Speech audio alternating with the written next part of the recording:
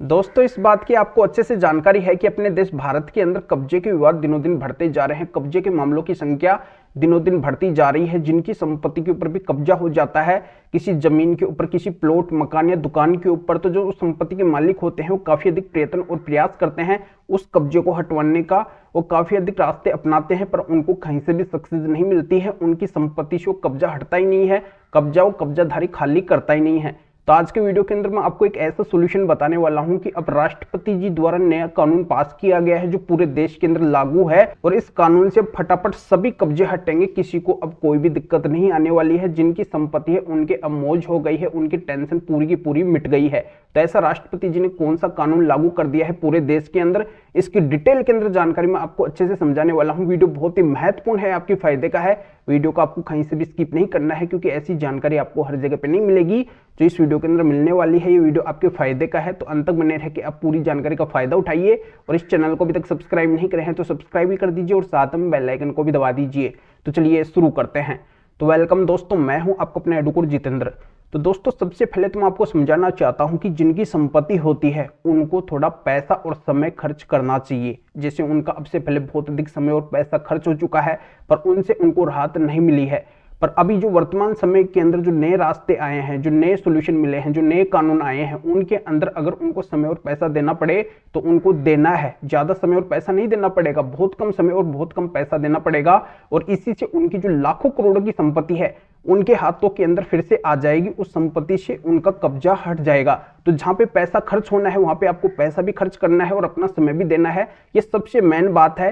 यही लोगों की सबसे बड़ी कमी होती है। उनकी लाखों करोड़ों की अगर संपत्ति उनके हाथ से निकल रही होती है तो उसको प्राप्त करने के लिए प्रयत्न नहीं करते हैं, वो पीछे हट जाते हैं। वहां पे अपना समय नहीं देते हैं, वहां पे अपना पैसा खर्च नहीं करते हैं, जबकि उनको अपना समय और पैसा वहां पे लगाना चाहिए, जिससे उनकी लाखों करोड़ों की संपत्ति उनके हाथों के अंदर आ सके। अगर वो लाखों करोड़ों की संपत्ति है उसको प्राप्त करने के लिए उनका थोड़ा सा समय और पैसा लग जाएगा तो ये कोई बड़ी बात नहीं है, उनको वहां पे जरूर से जरूर लगाना चाहिए। ये बात आप गांठ बांध लीजिए। और यहाँ पे जो लोग पैसा और समय देते हैं उनको ही सफलता मिलती है। उनके हाथों के अंदर उनकी प्रॉपर्टी फिर से वापस आ जाती है, उनकी संपत्ति से कब्जा तुरंत जल्दी से जल्दी हट जाता है।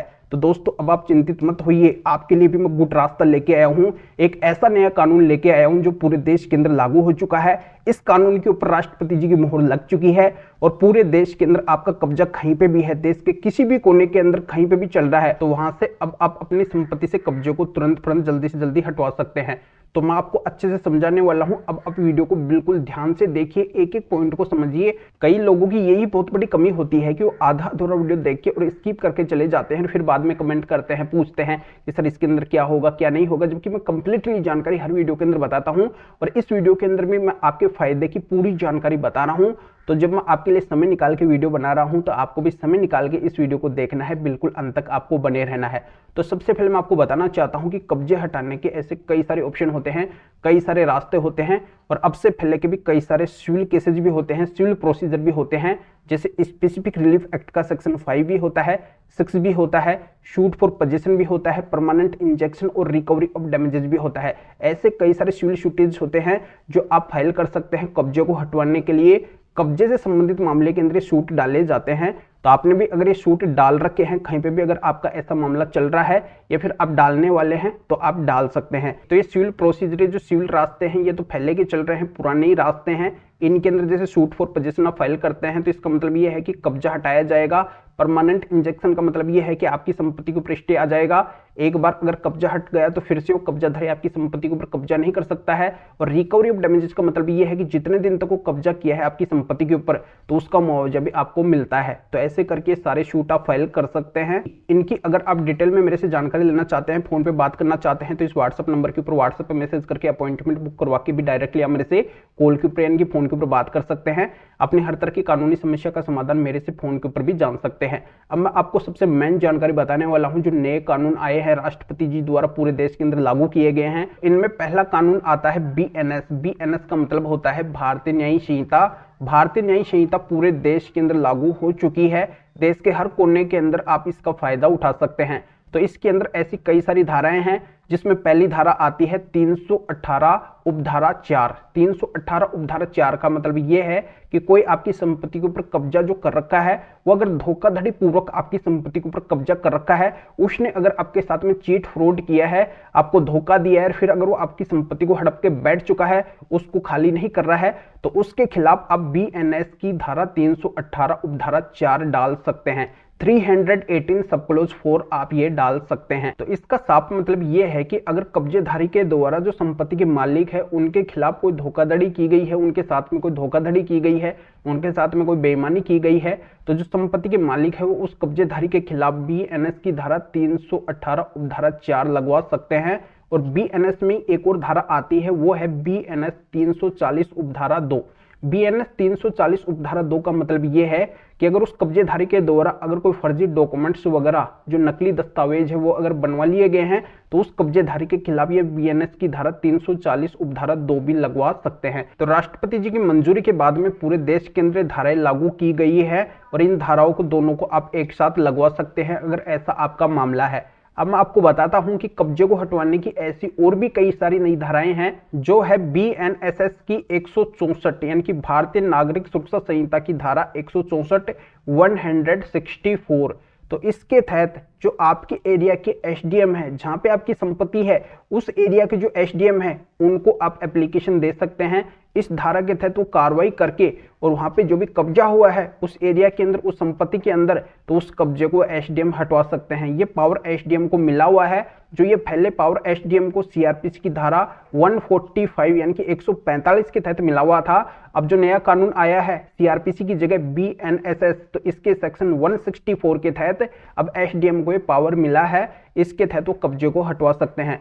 तो आपको ये करना है कि जहां पे आपकी संपत्ति है उस एरिया के एसडीएम को इस धारा के तहत आवेदन देके, एप्लीकेशन देके और वहां से कब्जे को आप मुक्त करवा सकते हैं।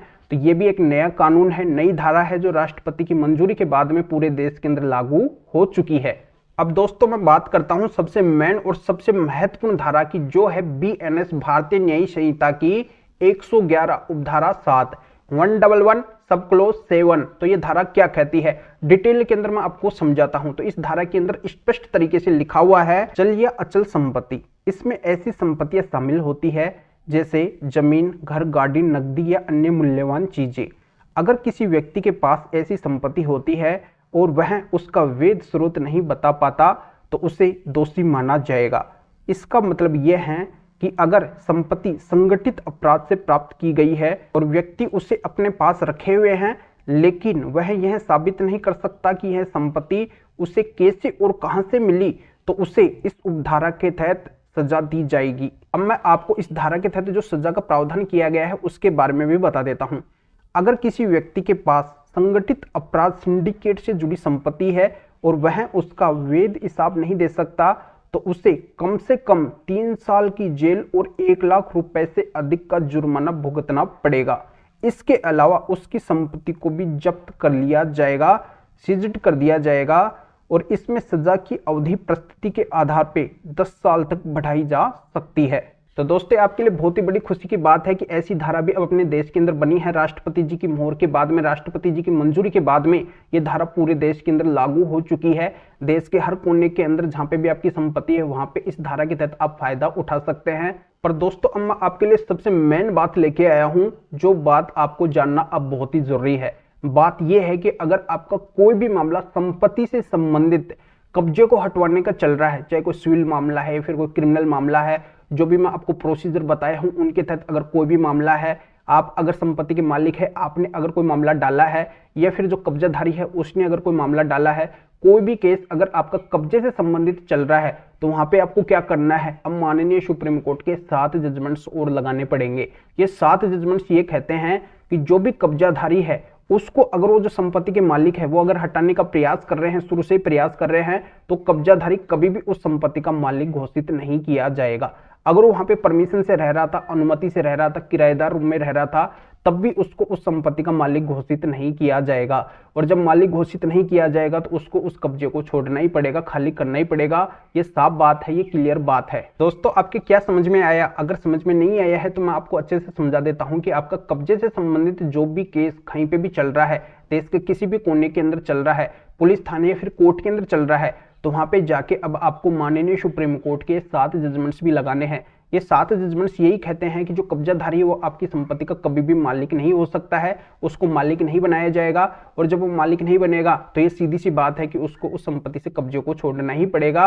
तो ऐसे जजमेंट्स अगर आप लगाते हैं तो वहाँ पे जो पुलिस थाना है, कोर्ट है, उसके ऊपर एक प्रेशर बनता है, एक दबाव बनता है, और आपके पक्ष के जजमेंट होते हैं तो वो भी रिजल्ट आप ही के पक्ष के अंदर आता है। इससे एक बहुत बड़ा फायदा मिलता है। आज तक जिनने भी ये जजमेंट्स अपने केस के अंदर लगाए हैं उनको सफलता मिली है। चाहे आपकी संपत्ति के ऊपर कितना भी पुराना कब्जा क्यों ना हो, अगर उस कब्जेधारी का कब्जा आपकी संपत्ति के ऊपर बनता ही नहीं है, अगर उसका अवैध कब्जा है, इनलीगल कब्जा है, तो कब्जा आपकी संपत्ति से जरूर हटेगा।